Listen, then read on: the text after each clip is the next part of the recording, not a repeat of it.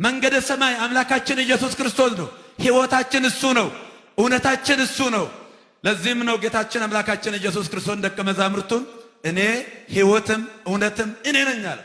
ውደዱት። ይሄን ነው መስበክ ያለብን። ቤተክርስቲያን መስበክ ያለባት ጌታችን አምላካችን ኢየሱስ ክርስቶስን ወንጌልን ነው።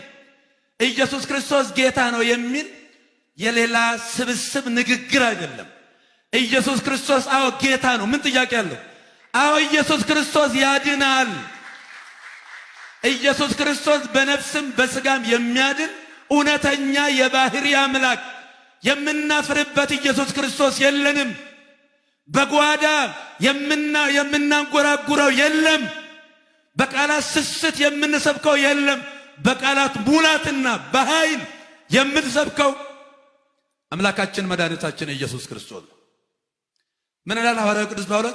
ጥበበን ነግሮሙ ለጠቢባን ዋኮ ጥበብ በዚህ ዓለም ዋኮ ጥበብ መላእክት ዝንቱ ዓለም ዛለውሙ ይሳሩ ዘነግሮሙ ዘንበለ ጥበብ እግዚአብሔር ዘቡ ወክቡ ጥበብ ዘባማን ዘንበለ ጥበብ እግዚአብሔር ዛቅነመ እግዚአብሔር ሰሪያ በዘቦቱ ነሐውር። እኛ እነሆ ጥበብን በጥበብ እንናገራለን።